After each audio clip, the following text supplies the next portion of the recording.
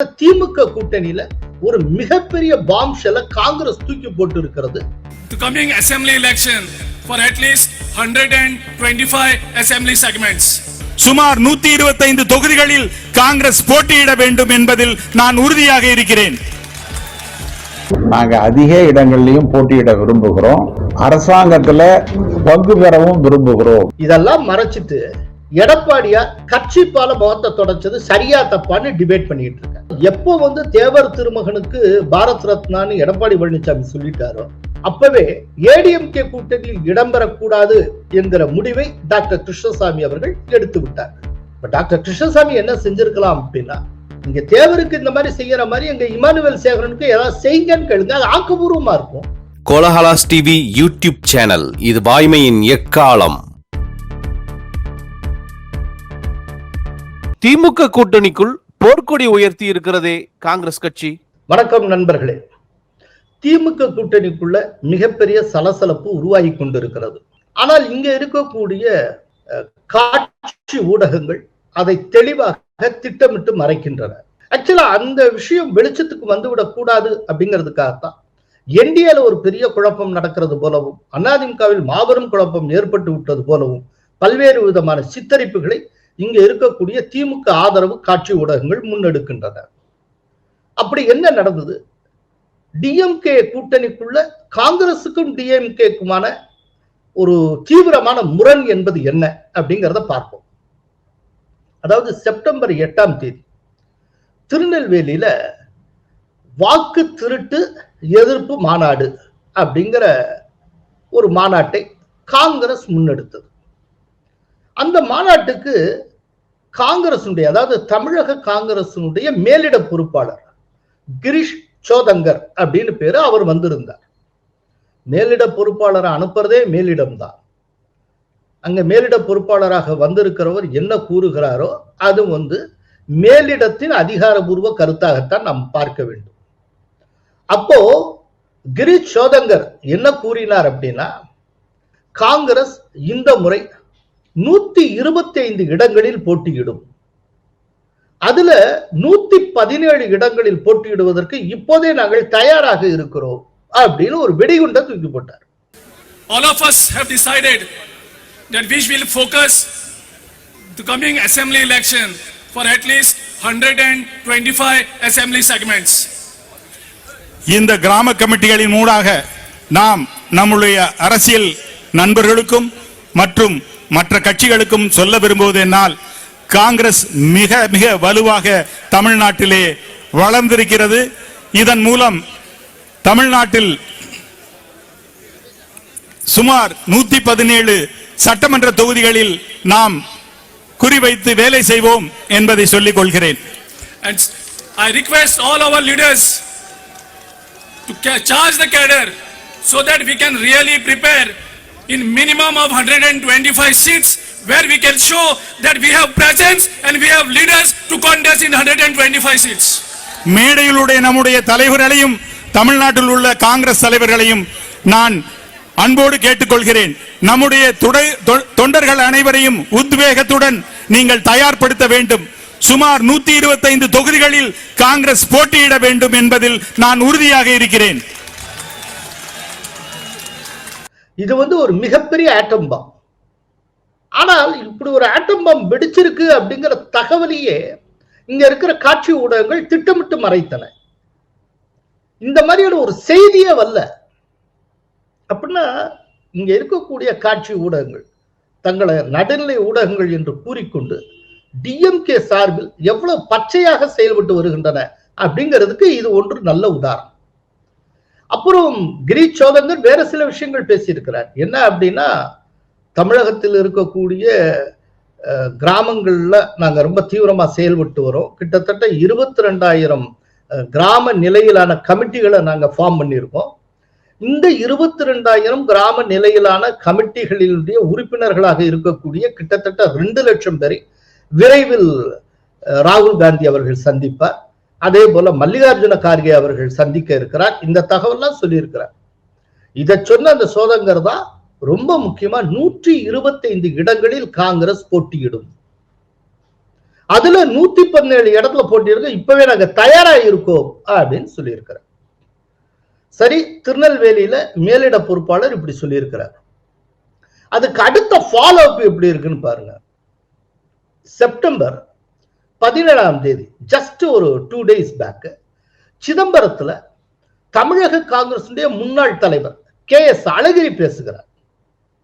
அவர் சொல்றாரு, கிட்டத்தட்ட ரொம்ப காலமாகவே காங்கிரஸ் மற்ற கட்சிகளுக்கு பயன்பட்டே வந்திருக்கிறது, நாங்க எந்த பயனை அடையல, எங்களை புழிஞ்சு சார அவங்க குடிச்சிடுறாங்க, சக்கையத்தான் எங்களுக்கு தராங்க, இந்த தடவை நாங்க மிக கூடுதலான இடங்களில் போட்டியிடுவோம், இந்த முறை ஆட்சியில் பங்கு கேட்போம் அப்படின்னு சொல்லியிருக்கிறார். நாங்க நிறைய தொகுதிகளை கேட்பது என்று முடிவு செய்திருக்கிறோம். வெறும் தொகுதிகளை கேட்பது மட்டுமல்ல, நாங்க அதிக இடங்களிலும் போட்டியிட விரும்புகிறோம். அரசாங்கத்தில் நாங்க பங்கு பெறவும் விரும்புகிறோம் என்று எங்களுடைய தலைவர் ராஜேஷ் அவர்கள் சொல்லி இருக்கிறார்கள். 50 ஆண்டு காலமா 60 ஆண்டு காலமாக காங்கிரஸ் கட்சி ஏதாவது ஒரு அரசியல் இயக்கத்தோடு கூட்டு சேர்ந்து நீங்க சாரை அவர்கள் குடிப்பதற்கும் சக்கையை நாங்கள் பார்ப்பதுமாக ஒரு சூழ்நிலை நிலவுகிறது. அந்த நிலையை மாற்றி நாங்கள் வெற்றி பெறுகிற அரசாங்கத்தில் எங்களுக்கும் பங்கு வேண்டும் என்கின்ற கேட்கிற நிலைக்கு நாங்கள் வருவோம். இதை சொன்னவர் தமிழக காங்கிரஸ் முன்னாள் தலைவர் KS அழகிரி. சொன்ன இடம் சிதம்பரம். பிரஸ் மீட்ல வச்சு சொல்றார். இவ்வளவு முக்கியமான ஸ்டேட்மெண்ட் KS அழகிரிட்டேன்னு வந்திருக்கு. அதையும் இந்த மீடியாக்கள் திட்டமிட்டு மறைத்தன. இதெல்லாம் மறைச்சிட்டு எடப்பாடியார் கட்சி பால முகத்தை தொடச்சது சரியா தப்பான்னு டிபேட் பண்ணிட்டு இருக்க. நம்முடைய காட்சி ஊடகங்களுடைய தரம் எந்த அளவுக்கு கீழே விழுந்திருக்குன்னு பாருங்க. அவர் எடப்பாடியார் அவர் முகம், அவருடைய கட்சிப்பு அவர் தொடக்கிறார், இல்ல சும்மா இருக்காரு, முகத்தை பொத்திட்டு போறாரு, திறந்துட்டு போறாரு, இதெல்லாம் மேட்ரா? இதை வச்சு ஒரு பெரிய நேரேட்டிவா செட் பண்றதுக்கு இங்க இருக்கக்கூடிய காட்சி ஊடகங்கள் முக்கியத்துவம் கொடுத்தன. ஒண்ணுமே இல்லாத ஒரு குப்பையான ஒரு விஷயத்தை வச்சு அதை ஒரு பெரிய இஷ்யூ மாதிரியா டெவலப் பண்றதுக்கு இங்க இருக்க காட்சி ஊடகங்கள் முயற்சி செய்கின்றன. அதே நேரத்தில் திமுக கூட்டணியில ஒரு மிகப்பெரிய பாம்ஷெல்ல காங்கிரஸ் தூக்கி போட்டு இருக்கிறது. தூக்கி போட்ட அந்த குண்டு வெடிப்பினுடைய ஒரு புகையை கூட இங்க இருக்கிற காட்சி ஊடகங்கள் காட்டவில்லை, அப்படியே திட்டமிட்டு மறைத்து விட்டார். இதுக்கு இடையில காங்கிரஸ் கட்சியில் இருந்தாலும் திமுகவின் விசுவாசியாக இருக்கக்கூடிய செல்வ பெருந்தகை ஒன்னு சொல்லி இருக்கிறார். கிண்டியில அவர் செய்தியாளர்கிட்ட பேசுறப்போ, இவ்வளவு சீட்டை அதிகமா போட்டியிடணும், அதே போல ஆட்சியில் பங்கு, இந்த விதமான விஷயங்கள் குறித்து எங்கள் கட்சியின் மேலிடம் எங்களுக்கு எந்த அழுத்தத்தையும் தரவில்லை அப்படின்னு அவர் சொல்லியிருக்கிறார். அவருக்கு சத்தியமூர்த்தி பவனை காட்டில அவருடைய ஹெட் குவார்டர்ஸ் உண்மையிலேயே அறிவாலயம், இது எல்லாருக்குமே தெரிஞ்ச விஷயம். அதாவது டிஎம்கே கூட்டணிக்கு வெளியில் இருந்து கொண்டு டிஎம்கே ஜெயிக்க வைக்கிறதுக்கு எப்படி டிடிவி பயன்படுவாரோ, அதே போல டிஎம்கே கூட்டணிக்குள் இருந்து கொண்டு டிஎம்கே விசுவாசியாக இருக்கக்கூடிய காங்கிரஸ்காரராக இருப்பவர் செல்வ பெருந்தகை அவர்கள். செல்வ பெருந்தகிட்ட இப்படிதான் ஒரு பதில் வரும். நம்ம கேட்கிற கேள்வி என்னன்னா, உங்களுக்கு மேலிடம் அழுத்தம் தரவில்லை, ஓகே, நேரடியா உங்கள்கிட்ட கூட்டு பேசி நிறைய சீட்டு கேளுங்க, ஆட்சியில பங்கு கேளுங்க அப்படின்னு சொல்லல. அதுதான் அவர் சொல்ல வர. சரி, ஒத்துக்கணும். ஆனா மேலிடத்தின் சம்மதத்தோடு மேலிடத்தால் அனுப்பப்பட்ட இந்த தமிழக காங்கிரசுக்கான மேலிட பொறுப்பாளர் கிரீஷ் சோதன்கர் அவர் ஏன் அப்படி சொன்னார்? அப்படி சொன்னதை தவறுன்னு இன்னைக்கு வரைக்கும் காங்கிரஸ் மேலிடம் மறுத்து இருக்கிறதா? இந்த மாதிரி கிரீஷ் சோதன்கர் பேசி இருக்க கூடாது, தேர்தல் வர்ற நேரத்துல இது கூட்டணிக்குள்ளேயே சலசலப்பு உருவாக்கிவிடும், இவ்வாறு பேசிய தவறு அப்படின்னு ஒரு நோட் மல்லிகார்ஜுன கார்கேட்ட இருந்தோம், இல்லைன்னா ராகுல் காந்திட்ட இருந்தோம், இல்லைன்னா பிரியங்கா காந்திட்ட இருந்தோம், இல்லைன்னா காங்கிரஸ் மேலிடம் என்று எதை செல்வ பெருந்தகை கருதுகிறாரோ அந்த மேலிடத்துல இருந்து ஒரு நோட் கிரீஷ் சோதன்கர் சொன்னது தவறுன்னு வந்திருக்கா? ஏன் வரல? இதுக்கு செல்வ பெருந்தகை பதில் சொல்லணும், அவர் பொறுப்பேற்கும். மேலிட எந்த அழுத்தமும் தல்லைன்னு சொல்றீங்களா? மேலிட பொறுப்பாளர் கூறியதற்கு மேலிடம் எந்த மறுப்பும் சொல்லவில்லையே, அது ஏன்? அப்படா இந்த தடவை காங்கிரஸ் ஆஸ்பிரேஷன் ரொம்ப அதிகமா இருக்கு. நிறைய தொகுதிகளில் போட்டியிட வேண்டும் அப்படின்னு ஆசைப்படுகிறது. தொடர்ந்து டிஎம்கே தன்னை பயன்படுத்தி கொண்டு வந்திருக்கிறது. ஆனால் எந்த அளவுக்கு பயன்படுத்தப்படுகிறோமோ அந்த அளவுக்கான கூலியை நாம் பெறவில்லை அப்படிங்கிற ஆதங்கம் காங்கிரஸுக்குள்ள இருக்கிறது. ஏன்னா 2006 இருந்து 2011 வரைக்குமே பாவம் காங்கிரஸ்க்கு அல்வா கொடுத்துட்டாங்க. அன்னைக்கு மெஜாரிட்டியே பெறாமல் ஒரு ஆட்சியை கலைஞர் அமைத்தார். சோ ஒரு சிறுபான்மை அரசு அமைத்த கலைஞர் வெளியில் இருந்து கொண்டு காங்கிரஸ் கொடுத்த ஆதரவை வைத்துக் கொண்டு அவர் 5 வருட காலம் முழுமையாக ஆட்சி செய்தார். ஆனா காங்கிரஸுக்கு தன்னுடைய அமைச்சரவையில பதவியே கொடுக்கல. எப்படி? காங்கிரஸும் கேட்கல. சோ அன்னைக்கு விட்டதை இன்னைக்காவது பிடிக்கணும் அப்படின்னு அவங்க நினைக்கிறாங்க. சரி, இன்னைக்கு பிடிக்கணும் ஏன் நினைக்கணும்? அது ஒரு கேள்வி இருக்கு. அது காரணம் என்னன்னா, இன்னைக்கு விஜய் கட்சி ஆரம்பித்திருக்கிறார். டிஎம்கே ஏடிஎம்கேக்கு நடுவாக ஒரு புதிய அவென்யூ ஒன்று உருவாகி இருக்கு. இப்போ டிஎம்கே மிரட்டுறது ரொம்ப சுலபம். இதுக்கு முன்னால மிரட்ட முடியாது. இப்ப டிஎம்கே மிரட்டினீங்கன்னா எங்க போக முடியும்? இதுக்கு முன்னால ஏடிஎம்கே தான் போகணும். ஏடிஎம்கேட பிஜேபி இருக்கு. பிஜேபி இருக்கிறப்போ காங்கிரஸ் பிஜேபி இருக்கிற கூட்டணிக்கு போகுமா?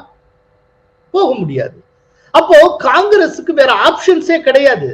பிடிக்கவில்லை என்றாலும் திமுகவுடன் தான் ஒட்டி கொண்டு இருக்க வேண்டும். அதுதான் காங்கிரசுடைய தலையெழுத்து என்று இருந்தது. ஆனால் இன்னைக்கு விஜய் வந்திருக்கிறதுனால ஒரு புதிய திறப்பு உருவாகி இருக்கிறது. நாங்க சொன்னபடி நீங்க ஒத்து வரல அப்படின்னா நாங்க விஜயோட போய்க்கிறோம். எங்களுக்கு ஒன்றும் பிரச்சனை இல்லை. ஏன்னா காங்கிரஸ் என்ன சொல்லுகிறதோ அதைத்தான் விஜயும் சொல்லி கொண்டு இருக்கிறார். இப்போ காங்கிரசுடைய தலைவர் ராகுல் காந்தி அவர்கள் வாக்கு திருட்டு சொல்றாரு. இன்னைக்கு அதையே தான் விஜயும் முன்னெடுக்கிறார். கிட்டத்தட்ட விஜய் முன்னெடுப்பது எல்லாமே காங்கிரசுடைய செயல் திட்டத்தை தான். அப்படிங்கிறப்ப காங்கிரஸ் விஜயோட ஒட்டி கொள்றது எந்த பிரச்சனையும் இல்லை. சோ நாங்க கேட்டபடி சீட்டை கொடுங்க, இல்லைன்னா நாங்க அணிமாறிக்கிறோம் அப்படின்னு மிரட்ட முடியும். அப்படி மிரட்டுவதற்கான ஒரு தோது, ஒரு வாய்ப்பு இப்போது ஏற்பட்டு இருக்கிறது. அதனால காங்கிரஸ் மேலிட பொறுப்பாளர் ரொம்ப தைரியமாக தெளிவாக சொல்லி இருக்கிறார். நான் ஒண்ணு கேட்கிறேன், இப்படி ஒரு ஆதங்கத்தை காங்கிரஸ் மேலிட பொறுப்பாளர்கள் இதுக்கு முன்னால எப்போதாவது சொன்னது உண்டா? ஏன் இப்ப சொல்றாங்கன்னா, பிகாஸ் ஆஃப் விஜய். விஜய்ங்கிற ஒரு புது அவென்யூ, புது வாய்ப்பு ஒண்ணு உருவாகி இருக்கு. அதனால இன்னைக்கு டிஎம்கே கூட்டணியில் இருக்கக்கூடிய ஒவ்வொரு கட்சியும் டிஎம்கே மிரட்டும். கம்யூனிஸ்டுகள் கூட மிரட்டலாம். அவங்களுக்கு புது வாய்ப்பு. பிடிக்கலைன்னா அது உதறிட்டு அவங்க விஜய் பக்கம் போயிருவாங்க. ஏன்னா விஜயை வேண்டாம்னு சொல்றதுக்கு டிஎம்கே கூட்டணியில் இருக்கக்கூடிய எந்த கட்சிகளும் அதை மறுப்பதற்கு முகாந்திரம் இல்லை. ஏன்னா டிஎம்கே என்ன செயல் திட்டத்தை வைத்துக் கொண்டு இருக்கிறதோ, காங்கிரஸ் என்ன செயல் திட்டத்தை வைத்துக் கொண்டு இருக்கோ அதைத்தான் விஜய் முன்னெடுக்கிறார். கோட்பாட்டு அளவுல டிஎம்கே கூட்டணிக்கும் விஜயனுடைய கட்சிக்கு இடையில பெரிய வித்தியாசமே கிடையாது. அப்படிங்கிறப்ப டிஎம்கே கூட்டணியில் இருக்கக்கூடிய கட்சிகள் விரும்பினால் விஜய் பக்கம் போக முடியும். அந்த ஒரு பிரச்சனையே கிடையாது அவங்களுக்கு. கிட்டத்தட்ட காங்கிரஸ் என்ன சொல்லுகிறதோ அதைத்தான் திரும்ப விஜய் சொல்லி கொண்டு இருக்கிறார். சோ டிஎம்கேயை மிரட்டுவதற்கான வாய்ப்பு டிஎம்கே கூட்டணியில் இருக்கக்கூடிய கட்சிகளுக்கு கிடைத்திருக்கிறது. இந்த வாய்ப்பு அந்த கட்சிகள் நழுவ விடாது என்பதற்கு காங்கிரஸ் மேலிட பொறுப்பாளர் கிரீஷ் சோதன்கர் பேசியிருப்பது ஒரு அருமையான சான்று. இந்த மிரட்டலை திமுக எப்படி எதிர்கொள்ளும்? எப்படி எதிர்கொள்ளும்னா, டிஎம்கே ஸ்டைலே வேற. இதை சமாளிக்கிறது எப்படிங்கிறது டிஎம்கே தலைமைக்கு நன்றாக தெரியும். இங்க ஆளாளுக்கு இவ்வளவு உணர்ச்சிவசப்பட்டு கேடர் லெவல்ல காங்கிரஸ் பேசிக்கொண்டே இருக்கும். ரொம்ப துள்ளினாங்க அப்படின்னா டிஎம்கே தலைமை என்ன செய்யும்னா, நேரடியா காங்கிரஸ் மேலிடம், குறிப்பா ராகுல் காந்தி சோனியாட்ட தனியா பேசிடுவாங்க. என்ன மாதிரி கவனிக்கணுமோ, அவர்கள் என்ன விரும்புகிறார்களோ அதை அவங்க செஞ்சிருவாங்க. அவ்வளவுதான். அங்கேருந்து ஒரு இறுக்கி பிடிப்பாங்க. ஒருத்தர் வாயை தரக்கூடாது, நாங்களே ஒப்புக்கொண்டோம், இவ்வளவுதான் சீட்டு தருவாங்க, இதுக்கு மேல எதுவும் பேசக்கூடாது, சொன்னதை செய் அப்படின்ட்டு போயிடுவாங்க. ஒருவேளை காங்கிரஸ் மேலிடம் கன்வின்ஸ் ஆகல அப்படின்னா எல்லாமே சிக்கலாயிரும். ஆனால் ஆரம்பத்திலேயே பல தடவை சொல்லியிருக்கேன், நடிகர் விஜய்க்கும் ராகுல் காந்திக்கும் இடையில இமெயில் கரஸ்பாண்டன்ஸ் உண்டு. 2 பேரும் நல்ல நண்பர்கள். இவர் விஜய் தன்னுடைய ரசிகர் மன்றத்தை மக்கள் மன்றமா மாற்றிய பிறகு அவர் முதல்ல சந்தித்த அகில இந்திய தலைவரே ராகுல் காந்தி தான். ராகுல் காந்தி 2-3 முறை சந்தித்து இருக்கிறார். அதே போல இதுக்கு முன்னால விஜய் ஒரு பப்ளிக் மீட்டிங் அப்படின்னு அட்ரஸ் பண்ணதே பாண்டிச்சேரியில் தான். ரொம்ப முன்னால அதுக்கு ஆர்கனைஸ் பண்ணது எல்லாமே காங்கிரஸ் சப்போர்ட்டோட தான் அதை பண்ணாரு. அந்த கூட்டத்துல வச்சு மக்களுக்கு நலத்திட்ட உதவிகளை எல்லாம் விஜய் வழங்கினார். தன்னுடைய சொந்த பைசால இருந்து, சொந்த காசுல இருந்து அவர் வழங்கினார். அதனால காங்கிரசுக்கும் விஜய்க்கு இடையில ஒரு நல்ல அண்டர்ஸ்டாண்டிங் உண்டு. குறிப்பா ராகுலுக்கும் விஜய்க்கு இடையில நல்ல அண்டர்ஸ்டாண்டிங் உண்டு.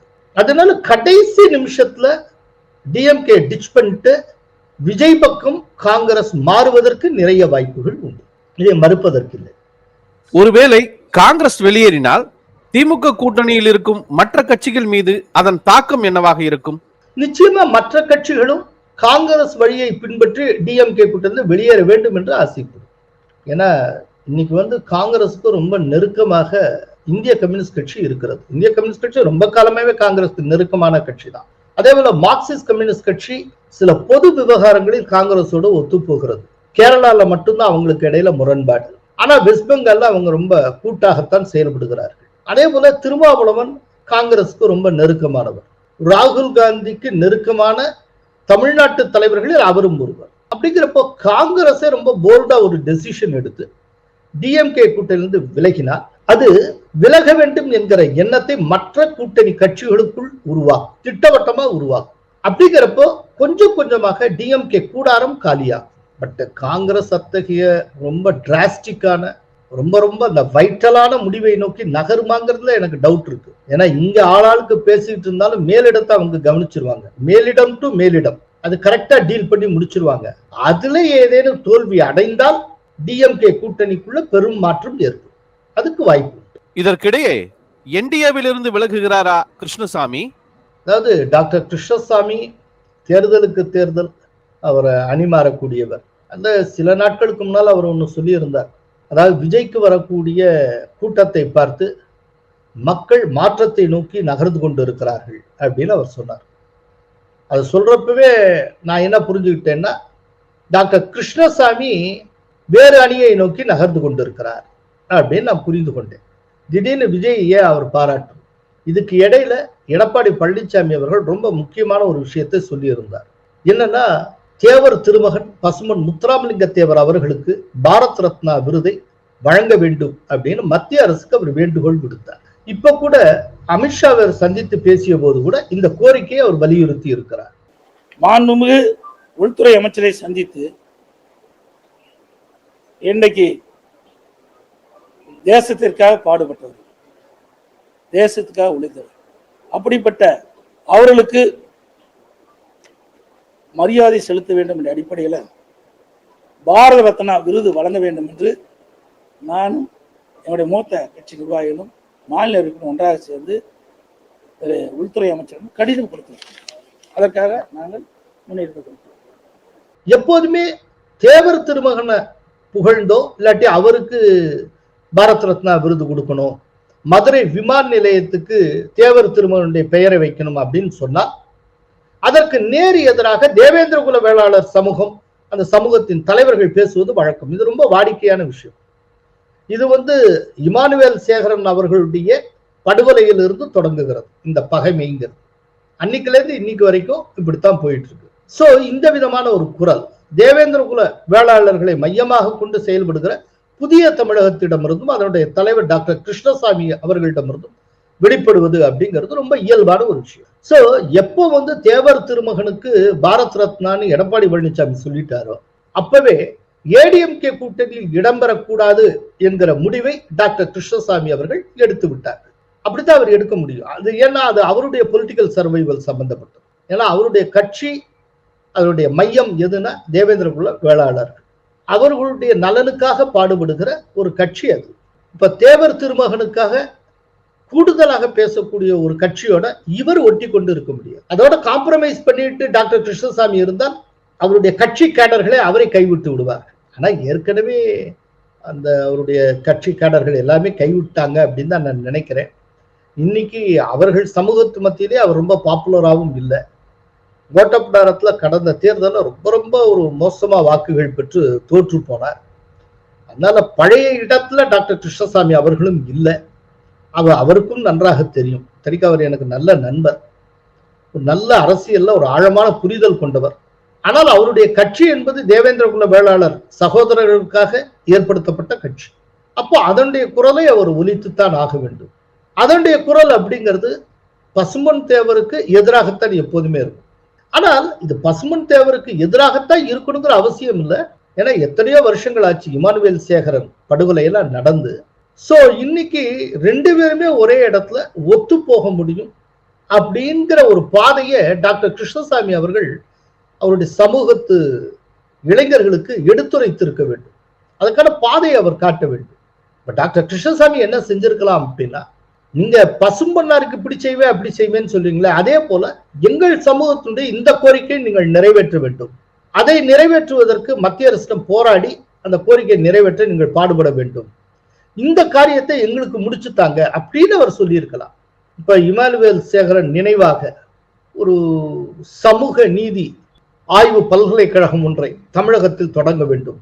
அதற்கு எடப்பாடி பழனிசாமி அவர்கள் அரும்பாடுபட்டு மத்திய அரசு அனுமதி பெற்று தர வேண்டும் அப்படிங்கிற மாதிரி ஆக்கப்பூர்வமா சொல்லியிருக்கலாம். அதை விட்டுட்டு நீங்க தேவரை பத்தி பேசிட்டீங்க அப்படின்னா நான் கூட்டணியில இருக்க மாட்டேன் அப்படின்னா இப்படியே மாறிக்கிட்டு இருந்தா rolling stone gathers no mass.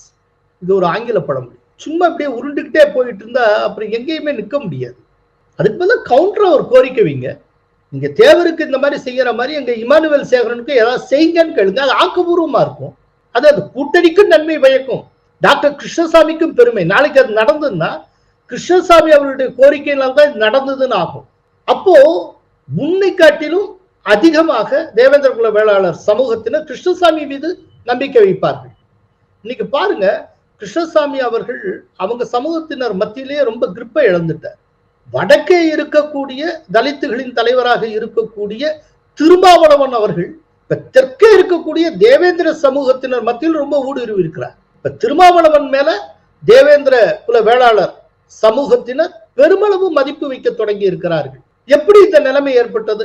ஏன்னா டாக்டர் கிருஷ்ணசாமி கொஞ்சம் கொஞ்சமா கிரிப்பை லூஸ் பண்ணாரு. அப்போ அவங்க அத்தனை பேரும் திருமாவளவனுடைய ஆதரவாளர்களாக மாறினார்கள். ஏன் இப்படி லூஸ் பண்ணாரு அப்படின்னா, சும்மா தேர்தலுக்கு தேர்தல் மாறிக்கிட்டே இருந்தா, தொடர்ந்து தோற்றுக்கொண்டே இருந்தா. ஒரு ஸ்டாண்ட்ல இருக்கணும். இன்னைக்கு மத்திய அரசு கையில் இருப்பது யார்கிட்ட? பிஜேபி. அப்போ பிஜேபி இருக்கக்கூடிய இடத்துல இருக்கிறது தான் டாக்டர் கிருஷ்ணசாமிக்கு நல்லது. இந்த விதமான கோரிக்கைகளை, தங்களுக்கு தேவையான கோரிக்கைகளை வலியுறுத்தி பெற முடியும். ஆட்சியே கையில இல்லாத ஒருத்தங்கள்ட்ட அவங்களோட கூட்டணி வச்சு உங்களுக்கு என்ன லாபம்? எந்த கோரிக்கையை உங்களால் நிறைவேற்ற முடியும்? இன்னைக்கு மத்திய அரசுங்கிறது பிஜேபி கையில இருக்கு. எதிர்காலத்தில் பிஜேபி கையில தான் இருக்கும். அடுத்த ஒரு 20 வருஷத்துக்குள்ள பெரிய மாற்றம் நடந்துரும்னு நான் நினைக்க தயாராக இல்லை. இந்த டைரக்ஷன்ல தான் போயிட்டு இருக்கும். கொஞ்சம் முன்பின்னா இருக்கலாம், தொகுதி ஜெயிக்கிறது தோக்கிறது அவ்வளவுதான். ஆனா ஆட்சி பிஜேபி தான் இருக்கும். அப்படிங்கிறப்ப பிஜேபி இருக்கக்கூடிய கூட்டணியில இருக்கிறது தான் டாக்டர் கிருஷ்ணசாமி அவர்களுக்கும் அவர்கள் சமூகத்துக்கும் நல்லது. அவங்களுடைய நீண்டகால கோரிக்கை தேவேந்திர குல வேளாளர்னு பேரை வைக்கணும்னு யாரு வச்சா? இவ்வளவு பெரிய நன்மையை செஞ்சிருக்கு. கூடுதலா டிமாண்ட்ஸ் வைங்க. இமானுவேல் சேகரன் பேர்ல என்னென்ன செய்யணும்னு சொல்லுங்க. அதை விட்டுட்டு தேவரை பத்தி எப்படி நீங்க பேசலாம்? அப்பனா நான் கூட்டணியை விட்டு வெளியில போவேன்னா போயிட்டே இருங்க. இதனால பிஜேபிக்கு ஒரு லாசம் இல்லை. ஆனால் கிருஷ்ணசாமி நிறைய இழப்பார். அதனால கூட்டணி பற்றி முடிவெடுப்பதற்கு முன்னால் நண்பர் டாக்டர் கிருஷ்ணசாமி அவர்கள் தீவிரமாக யோசித்து பிராக்மேட்டிக்கா யதார்த்தமான முடிவை அவர் எடுக்க வேண்டும். அதுதான் அவருக்கும் நல்லது, அவருடைய சமூகத்தினருக்கும் நன்மை. எடப்பாடியாரின் பிரஸ் மீட்டை பார்த்தீர்களா? உங்கள் கருத்து என்ன? நேற்றுக்கு அது ஒரு விரிவான பிரஸ் மீட். அதுல தெளிவா ஒரு விஷயத்தை சொல்லியிருக்காரு. அதாவது அவர் அமித்ஷாவை சந்தித்த சம்பந்தமா இங்க வெறும் யூகத்தை மட்டுமே மையமாக வைத்துக் கொண்டு இங்க இருக்கக்கூடிய திமுக ஆதரவு காட்சி ஊடகங்கள் அத்தனையும் ஒரு தவறான தகவலை பரப்பி கொண்டு இருந்தனர். அது அத்தனைக்கும் எடப்பாடி பழனிசாமி ஆப்பு வைத்திருக்கிறார். அவர் சொல்லியிருக்கிறார், அதாவது அதிமுகவின் உட்கட்சி விவகாரம் பற்றி அமித்ஷாவுடன் எதுவும் பேசவில்லை, அவரும் எதுவும் கேட்கவில்லை. அது எங்களுடைய உட்கட்சி விவகாரம், அதை பத்தி நாங்க பேசவே இல்லை. அதனால எங்க உட்கட்சி விவகாரம் சம்பந்தமா நீங்க தொடர்ந்தெல்லாம் பேசிக்கிட்டே இருக்காதீங்க, அது நாங்க பார்த்துப்போம். ஐடிசி ஹோட்டல்ல மாண்பு உள்துறை அமைச்சர் தெளிவுபடுத்தினார், அனைத்து இந்திய அண்ணா திராவிட முன்னேற்ற கழகத்தில் உள்கட்சி விவகாரத்தில் நான் தலையிட மாட்டேன். எல்லா பத்திரிகையிலும் ஊடகத்தில் வந்திருக்கு, என்கிட்ட ஆதாரமும் இருக்கு. அப்படி பேசிய பிறகு மீண்டும் மீண்டும் இவர் அழைச்சு பேசுறாரு, அவர் அழைச்சு பேசுறாரு. இதையெல்லாம் தயவு செய்து விட்டு நானும் தெளிவுபடுத்தி விட்டேன். அப்படி எந்த பேச்சுவார்த்தையும் நான் நடத்தவில்லை அவரோடு. அவரும் எங்களோட உள்கட்சி விவகாரத்தை தலையிடவில்லை. இதுக்கு முற்றுப்புள்ளி வைத்து விட்டேன். கட்சிக்கு விரோதமாக யார் செயல்பட்டாலும் நடவடிக்கை எடுக்கப்படும் அப்படின்னு இருக்கு. சோ அதனால கட்சியிலிருந்து கட்சியின் பொதுக்குழுவால் நீக்கப்பட்ட எவருக்கும் திரும்ப அதிமுகவில் இடம் இல்லை அப்படிங்கறத ரொம்ப தெளிவாக சொல்லி இருக்கிறார். வேண்டுமென்றே திட்டமிட்டு கட்சி கட்டுப்பாடை மீறி சில பேர் செயல்படுகிறார். மாண்பு அம்மா காலத்திலும் சரி, அம்மா மறைவுக்கு பிறகும் சரி, யாரும் கட்சி கட்டுப்பாட்டை மீறினால் தலைமை அவர்கள் மீது ஒழுங்கு நடவடிக்கை எடுக்குது. அதன் பேர்ல தான் நாங்க சில நடவடிக்கை நாங்கள் எடுத்திருக்கோம். எதையும் இந்த பத்திரிகையிலே சொல்லிடுறேன். ஏன்னா அதுக்கு ஒரு காது மூக்கு கண்ணு வச்சு பத்திரிகை வெளியிடுறீங்க. தயவு செய்து நான் தெளிவுபடுத்திட்டேன். சோ பொதுக்குழுவால நீக்கப்பட்டவர்கள் அப்படின்னு வர்றப்போ டிடிவி தினகரன், சசிகலா, ஓபிஎஸ் இவர்களுக்கு இடமில்லை அப்படின்னு ரொம்ப தெளிவாக சொல்லியிருக்கிறார். செங்கோட்டையனை பொறுத்தளவுல அதிமுக கட்சிக்குள்ளதான் அவர் இருக்கிறார். கட்சியின் அடிப்படை உறுப்பினராக இருக்கிறார். அவருடைய பொறுப்புகள் தான் பறிக்கப்பட்டு இருக்கின்றன. அதுக்கு காரணம் அவர் கோரிக்கை வச்சா பரவாயில்ல, கோரிக்கையோடு பொதுச் செயலாளருக்கு அவர் கெடுவும் வைத்தார். அது கட்சி விரோத நடவடிக்கை. அது பொதுச் செயலாளரை மிரட்டுற மாதிரி. ஒரு சீனியர் லீடர் அப்படி இருந்திருக்க கூட, அப்படி செஞ்சிருக்க கூட. எந்த கட்சியிலுமே அதை சகிச்சுக்க மாட்டாங்க. இப்ப டிஎம்கேல இருக்கக்கூடிய ஒரு எம்எல்ஏ டிஎம்கே தலைமைக்கு கெடு வச்சு ஏதாவது கோரிக்கை வைக்க முடியுமா? இப்ப பிஜேபியில இருக்கக்கூடிய ஒருத்தர் பிஜேபி அகில இந்திய தலைமைக்கோ மாநில தலைமைக்கோ கெடு விதிச்சு ஏதேனும் ஒண்ணு செய்ய முடியுமா? சகிச்சுப்பாங்களா? எந்த கட்சியிலுமே அதை சகிச்சுக்க மாட்டாங்க. கோரிக்கை வைக்கலாம். கோரிக்கையை கூட நீங்க பொதுவெளியில வச்சிருக்க கூடாது. அதை நீங்க தனியா பேசியிருக்கணும். இப்ப பொதுவெளியில வச்சதுனால இப்ப செங்கோட்டையன் என்ன சாதித்தார்? உள்ள பதவியை அவர் இழந்திருக்கிறார். இதுதான் நடந்திருக்கு. இப்ப எடப்பாடியாரை எதிர்த்து டிடிவி தினகரன் நிறைய பண்ணியிருக்கார். இப்ப அவர் என்ன சாதித்தார்? இன்னைக்கு அவர் கடைசியில வெளியில தான் இருக்கார். தனி கட்சி ஆரம்பிச்சு 1%, 1.5% ஓட்டுகளோட இருப்பார்னு நினைக்கிறேன். ஏன்னா கடைசியா 2021 அவர் வாங்கினது 2.3%. அப்புறம் 2024 தேர்தலில் அமமுக வாங்கினது 0.9%. ஸோ இன்னைக்கு அவர் என்ன சாதித்து விட்டார்? அதே போல ஓபிஎஸ் மோதி பார்த்தார். இன்னைக்கு வெளியில இருக்கார்.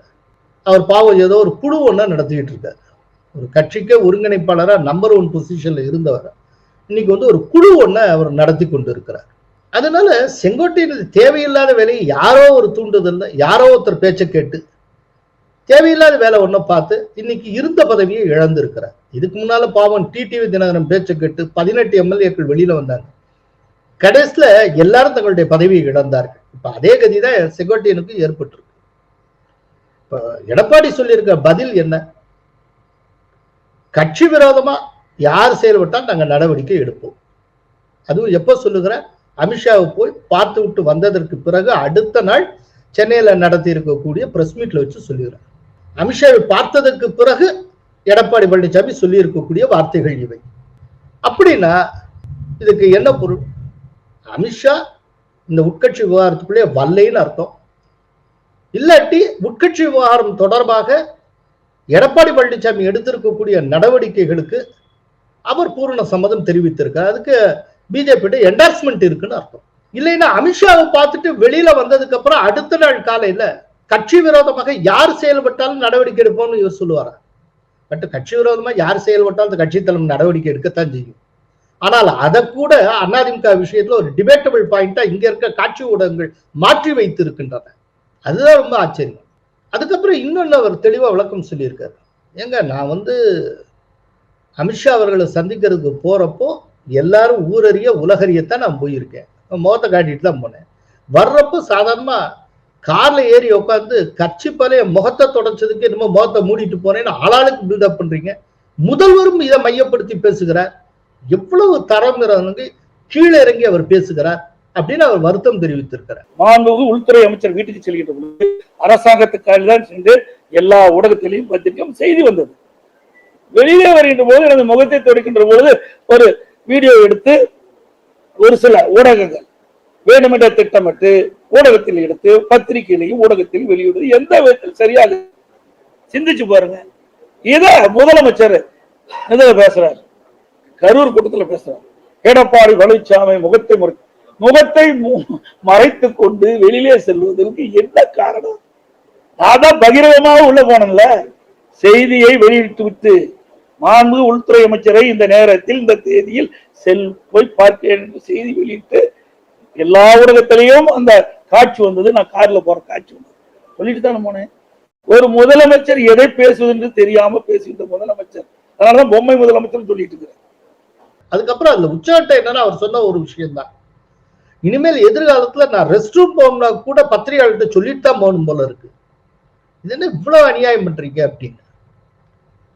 இன்னும் சொல்ல போனா சொல்லக்கூடாது, வருத்தத்தோட சொல்றேன், இனிமேல் ரெஸ்ட் ரூம் போனா கூட உங்களுக்கு சொல்லிட்டு தான் போகணும். அப்படிப்பட்ட நிலைமைக்கு இன்னைக்கு அரசியல் போய்விட்டது. இனிமேல் நான் பொதுச் செயலாளர் ரெஸ்ட் ரூம் போனா பத்திரிகையில் உடனே இந்த ரெஸ்ட் ரூம் போறேன்னு சொல்லிட்டு போக வேண்டிய நிலைமைக்கு இன்னைக்கு ஒரு சூழ்நிலை ஏற்பட்டு அச்சத்தின் அடிப்படையில் சொல்றேன். எனக்கு என்னன்னா, இதெல்லாமா ஒரு விஷயம். தமிழக அரசியல்ல எத்தனை இஷ்யூ இருக்கு, எத்தனை பிரச்சனை இருக்கு, அரசியல் ரீதியா பேசுறதுக்கு எவ்வளவு இருக்கு. எடப்பாடியார் அவருடைய கைக்குட்டையை வைத்து முகத்தை தொடச்சதுக்கு இத்தனை இன்டர்பிரேஷன். எங்க அது எடப்பாடியார் முகம், எடப்பாடியாருடைய கைக்குட்டை, எடப்பாடியார் நினைத்தபடி அந்த முகத்தை தொடக்கிறாரு, தொடக்காம இருக்காரு, மூடுறாரு, என்ன வேணாலும் பண்ணிட்டு போற. உங்களுக்கு என்ன, இங்க ஆளாளுக்கு அள்ளி விட்டு பொய் பேசிட்டு ஆட்சிக்கு வந்திருக்காங்க. அவங்கள பத்தி ஒரு விமர்சனம் கிடையாது. ஊரறிய உலகறிய நாங்கள் ஆட்சிக்கு வந்தால் நீட்டு இருக்காது, அதை ஒழிக்கிறதுக்கான ரகசியம் எங்களுக்கு மட்டுமே தெரியும்னு இளவரசர் சொல்லிவிட்டு வந்தார் சின்னவர். இன்னைக்கு வரைக்கும் அதை பற்றி ஒரு கேள்வி கிடையாது. எய்ம்ஸ் எழுதப்பட்ட ஒற்றை செங்கலை காட்டி ஓட்டு சேகரித்தார் சின்னவர். இன்னைக்கு அங்க எய்ம்ஸ் கட்டிக்கிட்டு இருக்காங்க. அந்த எய்ம்ஸ் மதுரைக்கு அட்மிஷன் போட்டு செகண்ட் இயர் ஸ்டூடெண்ட்ஸ் படிச்சுட்டு இருக்காங்க. இன்னைக்கு அந்த ஸ்டூடெண்ட்ஸ் அந்த அட்மிஷன் சம்பந்தம் 2025க்கு கால் ஃபார் பண்ணியிருக்காங்க. ஒரு காலேஜ் அங்க உருவாயிட்டு இருக்கு. எய்ம்ஸ் மதுரை அப்படிங்கிற பேர்லயே அந்த கல்லூரி மாணவர்கள் வேற ஒரு வளாகத்துல படித்துட்டு வந்துட்டு இருக்காங்க. கட்டணம் எழுப்பப்பட்டு வந்து கொண்டு இருக்கிறது. எப்படிப்பட்ட பச்சை பொய்ய சொல்லிட்டு இவங்க ஆட்சியை பிடிச்சிருக்காங்க அப்படிங்கறத அம்பலப்படுத்தணும். அந்த ஆசை எந்த காட்சி ஊடகங்களுக்கும் இல்லை. ஒண்ணுமே இல்லாத ஒரு விஷயத்தை பிரம்மாண்டமாக்கி என்ன விதமான அரசியல்? ரொம்ப ரொம்ப ரொம்ப தரம் கட்டு போய் கொண்டு இருக்கிறது. அரசியல்வாதிகள் தரங்கட்டு போகலாம், ஏன்னா அவங்களுக்கு அரசியல் ரீதியான காரணங்கள் உண்டு. அவங்க அரசியல் ரீதியா சாதிக்கணுங்கிறதுக்காக இப்படியெல்லாம் போவாங்க. மீடியாவுக்கு என்ன வந்தது?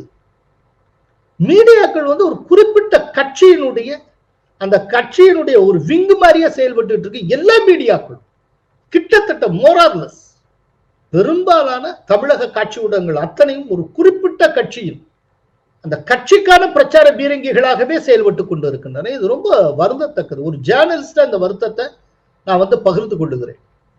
அந்த காட்சி ஊடகங்கள் இருக்கக்கூடிய எடிட்டர்ஸ் லெவல்ல இருக்கக்கூடிய ஒவ்வொருத்தரும் என்னுடைய நெருக்கமான நண்பர்கள். அதுல ஒரு சிலர் என்னுடனேயே பணிபுரிந்தவர்கள். இன்னைக்கு எவ்வளவு மாறிட்டாங்க, அப்படியே ஒரு கட்சியுடைய மவுத் பீஸாவே மாறி விட்டார்கள். பாருங்க, காங்கிரஸ்ல இருந்து ஒரு பெரிய வெடிப்பு சத்தம் கேட்டு இருக்கிறது, அதை டோட்டலா மறைச்சிருக்காங்க. இன்னொருத்தர் ஒரு முன்னாள் முதல்வர் தன்னுடைய முகத்தை தன்னுடைய சொந்த கட்சிப்பால இப்படி தொடச்சிருக்காங்க. இதை ஒரு பெரிய இஷ்யூ ஆக்கியிருக்காங்க. கட்சிப்பாலும் முகத்தை துடைக்கிறது ஒரு இஷ்யூவா? ஆனால் அதே நேரத்துல செங்கோட்டையன் கோயம்புத்தூர்ல இருந்து கிளம்புறப்ப சொல்றார், நான் ஹரித்வார் போக போறேன், பிஜேபி தலைவர்கள் யாரையும் சந்திக்க போவதில்லைன்ட்டு. வர்றப்ப சொல்ற ஹரித்வாரை பத்தியே பேசல, அமித்ஷாவை சந்தித்தேன்னு. பச்சைய ஒரு பொய்ய சொல்லிட்டு அங்க போயிருக்கா. திரும்ப வரப்ப அதுக்கு முரண்பட்டு இன்னொன்றை சொல்லுகிறார். ஒருவர் கூட அவர் சொன்ன பொய்களை பற்றி யாரும் கேட்கல. அமித்ஷாவை நீங்க எங்க சந்திச்சீங்க, எவ்வளவு நேரம் பேசினீங்க, நிர்மலா சீதாராமனை எங்கு சந்தித்தீர்கள், எவ்வளவு நேரம் பேசினீர்கள், உங்களுடைய கருத்துக்களை முன்வைத்தோம் சொல்றீங்களே, முன்வைத்த கருத்துக்களுக்கு அவர்கள் ஆற்றிய எதிர்வினை என்ன, அவர்கள் என்ன பதில் சொன்னார்கள், உங்களை தொடர்ந்து போராடுங்கள் என்று அட்வைஸ் பண்ணினார்களா, இல்லாட்டி நிறுத்திக் கொள்ளுங்கள் என்று சொன்னார்களா? ஒருத்தர் ஒரு கேள்வி கேட்கல. அவரு பேசிட்டு 3 நிமிஷத்துல அவசர அவசரமா ஓடுறாரு. வெறும் சில நிமிடங்கள்ல முடித்து கொண்டு அவருடைய ஒரு பிரஸ் மீட் சார்ந்து இன்னைக்கு வரைக்கும் காட்சி ஊடகங்கள் பெருசாவே பேசிட்டு இருக்கு. தொடர்ந்து சொல்லி ஏதோ செங்கோட்டையன் பிஜேபி தலைவர்களை சந்தித்தது உண்மை அப்படிங்கிற மாதிரியே எஸ்டாப்ளிஷ் பண்ணியிருக்காங்க. பிஜேபி தலைவர்களை சந்தித்தேன்னு செங்கோட்டையன் சொல்லுகிறார். செங்கோட்டையனை சந்தித்தேன்னு சொல்லிட்டு அந்த பிஜேபி தலைவர்கள் ஏன் சொல்லவில்லைன்னு வானதி சீனிவாசன் கேள்வியை முன் வச்சாங்க. அதுக்கு பதில் கிடையாது. அதை காட்சி ஊடகங்கள் பெரிய அளவுல கொண்டு சேர்க்கல. அப்படின்னா இங்க என்ன நடந்துகிட்டு இருக்கு? கொஞ்சம் கொஞ்சமாக தமிழக காட்சி ஊடகங்கள் தங்களுடைய நம்பகத்தன்மையை இழந்து கொண்டு இருக்கின்றன. ஒரு சக பத்திரிகையாளனாக இதை நான் வருத்தத்துடன் பதிவு செய்கிறேன். நன்றி, வணக்கம். கோலஹலாஸ் டிவி யூடியூப் சேனல், இது வாய்மையின் எக்காலம்.